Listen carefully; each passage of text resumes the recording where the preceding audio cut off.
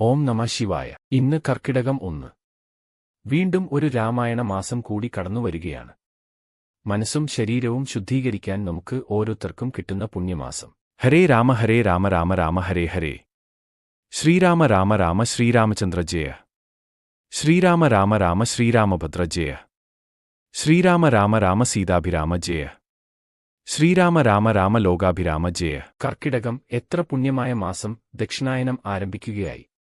കർക്കിടകം 1 മുതൽ ഇനിയുള്ള 6 മാസക്കാലം സൂര്യനെ ഭൂമധ്യരേഖയുടെ തെക്ക് ഭാഗത്തായിരിക്കും കാണുക. കർക്കിടകത്തിന്റെ ഏറ്റവും വലിയ പ്രത്യേകതയും ഇതുതന്നെയാണ്. ഉത്തരായനം ദേവന്മാരുടെ പകൽ ആണെങ്കിൽ ദക്ഷിണായനം രാത്രിയാണ്. ദക്ഷിണായനം പിതൃപ്രാധാന്യമായ കാലമാണ് എന്ന് ഹൈന്ദവ പുരാണം പറയുന്നു. പിതൃലോകത്തെ സായംസന്ധ്യ കർക്കിടമാസത്തിലെ കറുത്തവാവ് ആണെന്ന് ഗരുഡപുരാണത്തിൽ പറയുന്നുണ്ട്. സൂര്യൻ ഭൂമിയിൽ നിന്നും ഏറ്റവും അകലത്തിൽ നിൽക്കുന്ന മാസമായാണ് കർക്കിടകം അറിയപ്പെടുന്നത്. അതിവർഷവും പ്രളയവും ഈ മാസത്തിന്റെ പ്രത്യേകതകളാകുന്നത് അതുകൊണ്ടാണ്. വിപരീതമായ കാലാവസ്ഥയിൽ രോഗങ്ങളും ദുരിതങ്ങളും മുൻകൂട്ടി കണ്ട് പഴയ തലമുറ ചികിത്സാ പ്രധാനമായ മാസമായി കർക്കിടകത്തെ കരുതിപ്പോന്നിരുന്നു.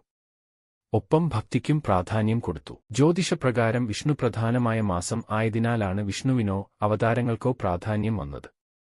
കേരളത്തിൽ ഇത് രാമായണമാസമായി ആചരിച്ചു പോരുന്നു. മാ നിഷാദ അരുതേ കാട്ടാള ലോകത്തിലെ ആദ്യത്തെ ഇതിഹാസത്തിന് കാരണമായ വാക്കാണിത്.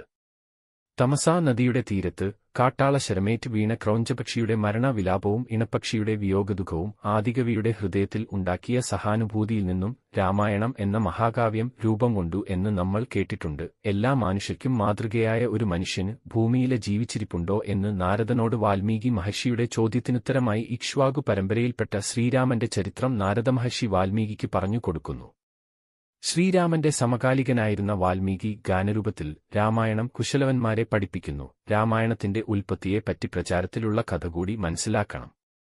വാൽമീകി മഹർഷി ഒരു ദിവസം ഉച്ചസമയത്ത് തന്റെ ആശ്രമത്തിൽ നിന്ന് പുറത്തു പോകുമ്പോൾ ഒരു മരക്കൊമ്പിൽ ഇരുന്ന് 2 പക്ഷികൾ നർമ്മസല്ലാപം നടത്തുകയായിരുന്നു. അതിൽ ഒന്നിനെ റാഞ്ചാൻ ഒരു കഴുകന് ആകാശത്ത് വട്ടമിട്ട് പറക്കുന്നു. വൃക്ഷത്തിനടിയിൽ ഒരു കാട്ടാളൻ ഒന്നിനെ ലക്ഷ്യമാക്കി ശരം തോടുക്കുവാനും ഭാവിക്കുന്നു. ഈ സമയത്താണ് മഹർഷി അരുതേ കാട്ടാള എന്ന് പറയുന്നത്. ശാപം പോലെ വാൽമീകിയുടെ ഈ വാക്കുകൾ കാട്ടാളനെ ചകിതനാക്കി. കാട്ടാളന്റെ കാൽ ഒരു പുറ്റിൽ തട്ടി. അതിൽ ഉണ്ടായിരുന്ന സർപ്പം തൽക്ഷണം കാട്ടാളനെ കടിച്ചു. അമ്പ് ലക്ഷ്യം തെറ്റി പക്ഷിയെ റാഞ്ചാന് വട്ടമിട്ട് പറന്നിരുന്ന പരുന്തിനാണ് കൊണ്ടത്. അങ്ങനെ കാട്ടാളനും പരുന്തും മരണമടഞ്ഞു.